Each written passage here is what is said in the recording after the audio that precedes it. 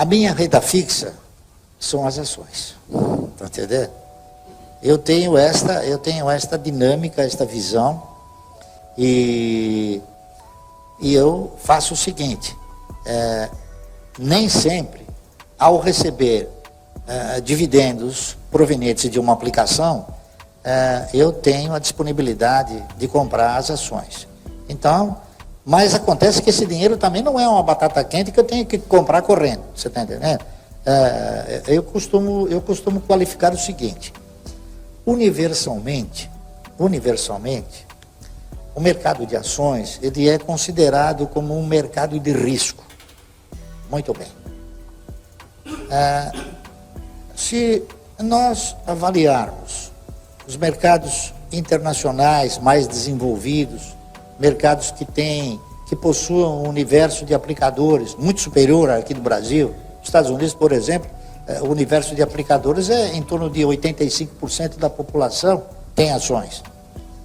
Então, se você for avaliar essa forma de ser, você concluiria o seguinte: o cidadão, quando ele compra um determinado papel, quando ele entra num determinado projeto, ele avalia o seu risco, certo? Nesses países desenvolvidos, o cidadão que vai comprar uma ação, ele perpetua todos os fundamentos e após avaliar esses fundamentos, ele acaba concluindo o quê? Bom, eu vou comprar uma ação que o valor patrimonial dela é $1, eu vou pagar $10, porque ela tem um potencial de desenvolvimento, um potencial de resultado, ela tem um histórico de resultados, ela tem um histórico de distribuições. Então você dimensionou, você definiu um risco, tá certo? Isso dos países desenvolvidos, onde a gente define o mercado como mercado de risco. Acontece que no Brasil, muitas ações, elas são cotadas abaixo do patrimônio, tá certo?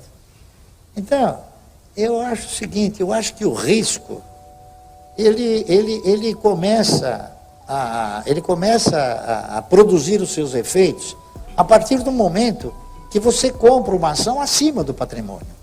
Então, o mercado, como o mercado brasileiro de ações, que tem uma gama de papéis, e bons papéis, diga-se de passagem, cotados abaixo ou muito abaixo do seu valor de patrimônio, eu não considero que seja um mercado de risco.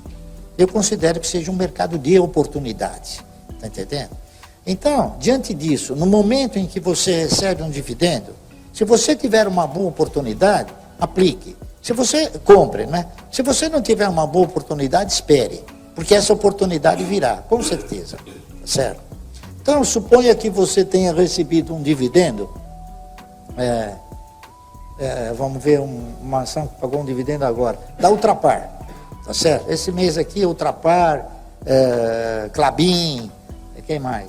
O próprio Banco do Brasil pagou dividendo. Suponha que você tenha recebido um dividendo em março e você falou, poxa, o Banco do Brasil está 18,60, eu vou comprar. É um risco que vale a pena correr, porque o valor patrimonial de uma ação do Banco do Brasil é R$24, tá certo? Então o que acontece? Você comprando a ação do Banco do Brasil, no preço que foi a R$18,60, R$19 que seja, você não tá participando de risco nenhum. Por quê?